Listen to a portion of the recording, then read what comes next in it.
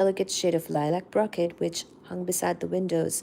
The floral decoration of the room was provided by an alabaster bowl on a torchère pedestal filled in summer with roses or carnations, and in winter by honesty and sea lavender. The first floor of the house was wholly occupied by the drawing room empire, which was an L-shaped apartment, originally 2 rooms connected by an archway. So I think we're getting so much description of this place is because the murders are going to happen here. So bear with us. You know, these fictional people are going to die here, so we must know more details of the drawing room, okay? Above this were the respective bedrooms of Mrs. and Miss Haddington, with their bathrooms, and above this again, for 2 floors, was a vast terra incognita inhabited by Mrs. Haddington's staff. Miss Beulah Bertley, whose errand on this February afternoon had been to discover whether there existed in London a firm willing to supply fresh caviar at a cut price for a party of 50-odd persons. Oh my gosh, 50 people.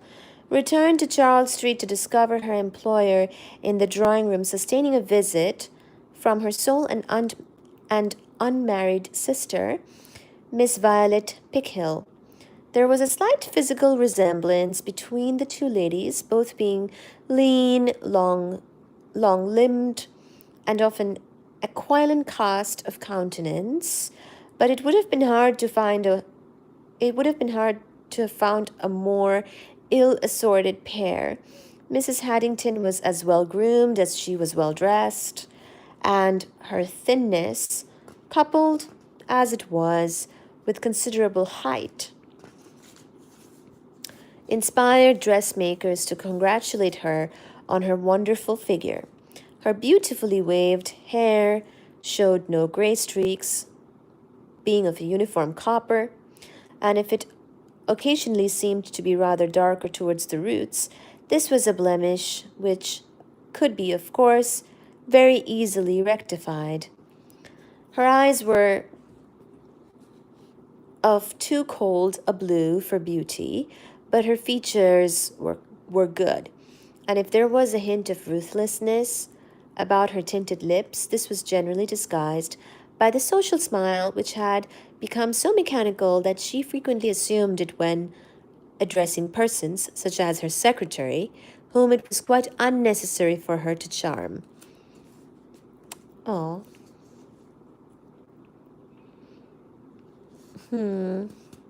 I wonder if this lady's gonna die. You know what I mean? Why are we getting a description of her? Do you think Mrs. Haddington's gonna die? Well, her eyes are cold and blue.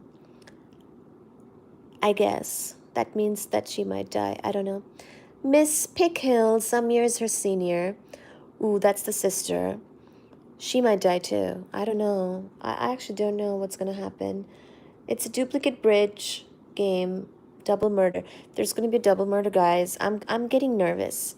I don't know which one of these people will die.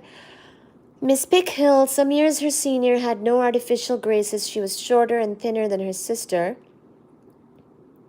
Oh, geez, even more thin. The one was non-existent. Oh, sorry. She was shorter and thinner than her sister, and both her complexion and her hair were her own. The one was non-existent, and the other one had faded from gold to dusty straw, here and there streaked with gray. She wore clothes of good material but tasteless design, lived in a gaunt house in one of the roads leading off Putney Hill, which she had inherited from her father, and interested herself in parish matters, the Girl Guides, the Women's Conservative Association, and various other worthy enterprises. No one could fathom what attracted her to the house in Charles Street, for she plainly disapproved of everything she saw there, and received no encouragement to continue her visits. The truth was that she was not at all attracted, but had been brought up to know where her duty lay.